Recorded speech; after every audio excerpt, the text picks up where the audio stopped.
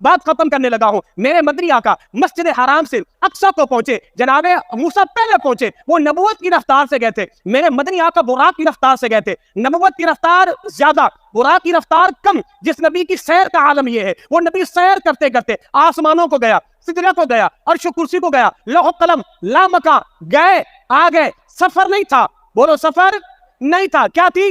سیر تھی. سیر آرام آرام سے ہوتی ہے, سیر ٹہل ٹہل کر ہوتی ہے. ہر چیز کا معائنہ کیا جاتا ہے, ہر چیز کی رونق کو دیکھا جاتا ہے. سفر جلدی جلدی میں ہوتا ہے, نظریں فقط سب منزل پر مقصود ہوتی ہے. سیر آرام آرام سے کی جاتی ہے. یہ سیر کا عالم ہی تو تھا. میرے مدنی آقا سیر کرتے جا رہے, جناب موسیٰ کو قبر میں نماز پڑھتے بھی دیکھ لیا, یہ سیر کا عالم تھا. اہل مکہ کی کافروں کو بھی دیکھ لیا, قافلے والوں کی بوریوں میں کیا ہے وہ بھی دیکھ لیا, کس کے پیالے میں پانی ہے, دودھ ہے, وہ بھی دیکھ لیا, کس کا اونٹ بدن گیا ہے وہ بھی دیکھ لیا. یہ نبی کی سیر کا عالم ہے. وہ کیا ہے؟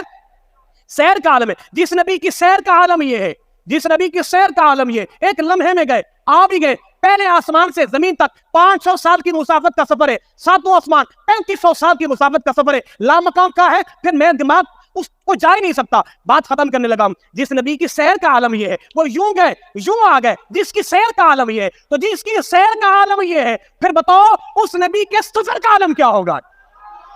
اس نبی کے سفر کا عالم کیا ہوگا؟ جبھی تو میرے امام نے فرمایا ہے, فریاد امتی جو کرے حال زار میں. کوئی حضور کا امتی کہیں نبی کو پکارے, پھر وہ نبی سیر کرتے تو نہیں آئیں گے, بلکہ سفر کر کے آئیں گے. فریاد امتی جو کرے حال زار میں, کسی مشکل میں کوئی امتی نبی کو پکارے, نبی سیر نہیں کرتے ہوئے آئیں گے, سفر کر کے آئیں گے. فریاد امتی جو کرے حال زار میں, ممکن نہیں کہ خیر البشر کو خبر نہ ہو. اس نبی کو پکارو. اس نبی کی سیر کا عالم یہ ہے, جب امتی پکارے گا, نبی سفر کر کے آئیں گے, پھر اس نبی کے سفر کا عالم کیا ہوگا؟ اس نبی کے سفر کا عالم کیا ہوگا؟ اللہ رب العزت ہم سبوں کو سرکار کی معراج کی برکت نصیب فرمائے.